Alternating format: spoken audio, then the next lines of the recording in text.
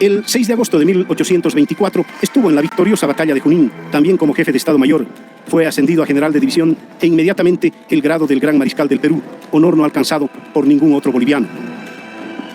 En 1825 fue nombrado prefecto de Chuquisaca, precisamente cuando la Asamblea fundó Bolivia. En 1826 fue designado también prefecto de La Paz, y en ese mismo año fue elegido presidente del Perú. Gobernó esa nación entre 1826 y 1827. Tras dejar el cargo, pasó a Chile como ministro plenipotenciario del Perú ante Chile y la Argentina. En 1829 se casó con Francisca Cernadas, con quien tuvo 7 hijos. Y en 1829, el 24 de mayo, llega llamando al pueblo boliviano a la ciudad de La Paz para comenzar lo que serían los 10 años probablemente más estelares de la historia de Bolivia. Es ungido presidente por el prefecto paceño de entonces, el coronel José Vallivian y Segurola. A los 37 años de edad, Andrés de Santa Cruz era el presidente de Bolivia. La presidencia crucista tiene 2 etapas, la primera entre 1829 y 1836, la segunda del 36 al 39. En ese tiempo, Santa Cruz promulga 2 constituciones, la de 1831 y la de 1834. La primera sustituiría la Constitución bolivariana, la famosa Constitución vitalicia. Los textos crucistas marcan en su estructura el inicio de lo que luego sería nuestra Carta Magna a lo largo de la historia.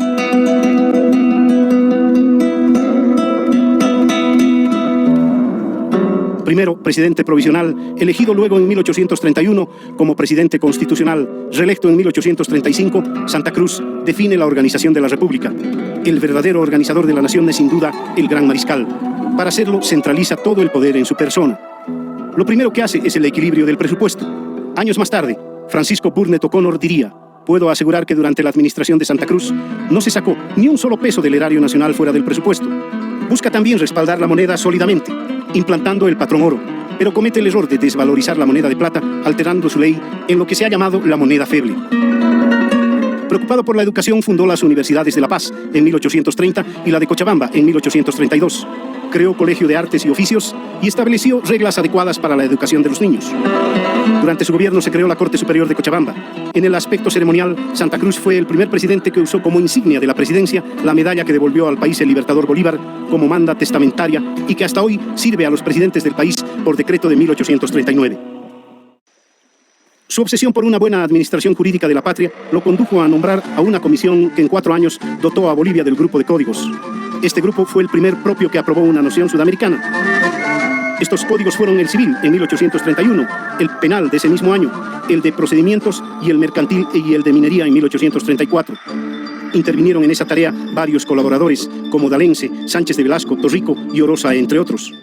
Al mismo tiempo reglamentó mediante adecuadas ordenanzas al Ejército de Bolivia y a la Guardia Nacional. Con esto Bolivia pasó a ser la república más moderna y ordenada en su derecho y fue ejemplo para otros países. Hasta entonces se había aplicado los códigos españoles, algunos de ellos ya obsoletos. El tenor de los códigos era moderno y basado en el liberalismo francés, expresado en los códigos napoleónicos, garantizando el liberalismo, la propiedad y el derecho de cada ciudadano. La Guerra de Independencia tuvo extraordinaria importancia en Tarija, pues fue el desarrollo geográfico del paso de los ejércitos auxiliares que llegaron a Charcas desde el sur y allí se desarrollaron importantes batallas a favor de las armas patriotas. Tarija había figurado desde los orígenes de la conquista como partido de la audiencia de Charcas adscrita a Potosí. Sus límites se establecieron por cédula real en 1607. En 1776, todo el territorio de Charcas pasó a depender del Virreinato del Río de la Plata. En ese periodo, la región dependía de lo eclesiástico en Salta y en lo político de Potosí. Los tarijeños enviaron sus representantes a la asamblea de 1825 realizada en Chuquisaca y que fundó Bolivia. Dado que el tema aún estaba en debate, la asamblea no admitió en su seno a los representantes tarijeños.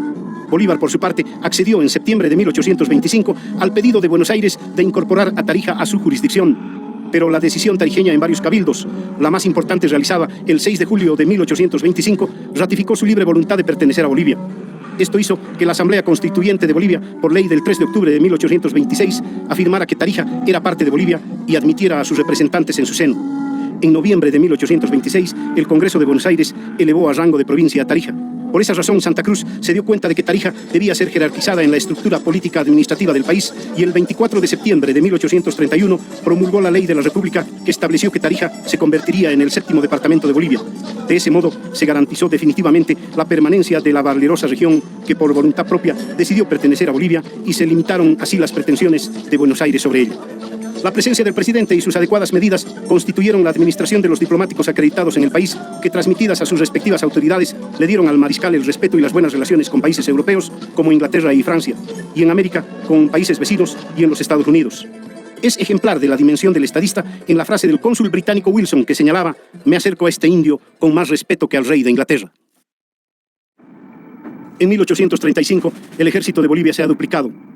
En julio de ese año, 4.632 soldados bolivianos cruzan la frontera con el Perú, llamados por el gobierno de esa nación para pacificarla y para eliminar el caos y la anarquía que estaban viviendo. Dos hombres se van a enfrentar violentamente: Agustín Gamarra, que será su sombra hasta el día de su caída, y Felipe Santiago Salaverry, el joven arequipeño que moriría fusilado por Santa Cruz. Santa Cruz, el cóndor indio, su estrella brilla más que el sol. Es el tiempo de la victoria de Yanacocha y Socabaya,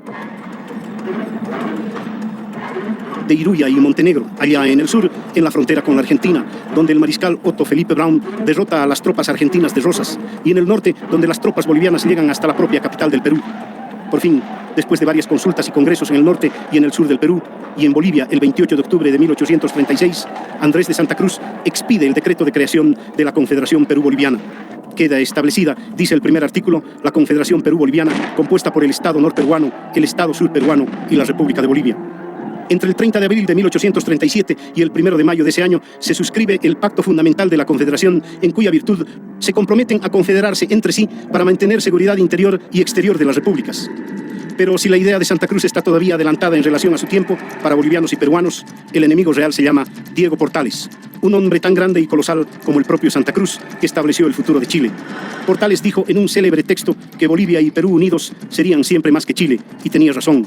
Por eso Chile decidió destruir la Confederación Perú-Boliviana, apoyándose en bolivianos y peruanos que no creían en ella. Así llegó Blanco Encalada hasta Arequipa y fue emboscado por Santa Cruz, y derrotado, y sin armas, y perdonado. En Chile desconocieron el acuerdo y decidieron que la guerra contra Santa Cruz continuaba. Finalmente, en enero de 1839, en Yungay, Andrés de Santa Cruz se enfrentó a su destino y cayó derrotado en la batalla que fue también el final de la Confederación Perú-Boliviana. Pocos días después, saldría rumbo al exilio. Un amargo exilio que tuvo frases como estas del nuevo presidente de Bolivia, don José Miguel de Velasco, quien dijo: «Gracias al cielo, bolivianos, gracias a vuestro inextinguible patriotismo, gracias a los heroicos hijos de Caupolicán y Lautaro», refiriéndose a los chilenos. Ha desaparecido de entre nosotros ese abominable monstruo que, insensible a los encantos de la virtud, era como el hierro de la ambición y la codicia. Y decretó al presidente boliviano: «Se declara a don Andrés de Santa Cruz, presidente que fue de Bolivia, insigne traidor a la patria, indigno del nombre de boliviano, borrado de las listas civil y militar de la República y puesto fuera de la ley desde el momento en que pise su territorio». Santa Cruz no volvió jamás a Bolivia. En Versalles, en 1865, dejó de existir ese hombre extraordinario que durante 10 años hizo de Bolivia una potencia sudamericana y como un cóndor supo elevarse hasta lo más alto del cielo. Andrés de Santa Cruz, el cóndor indio, tal su gloria, tal su infortunio.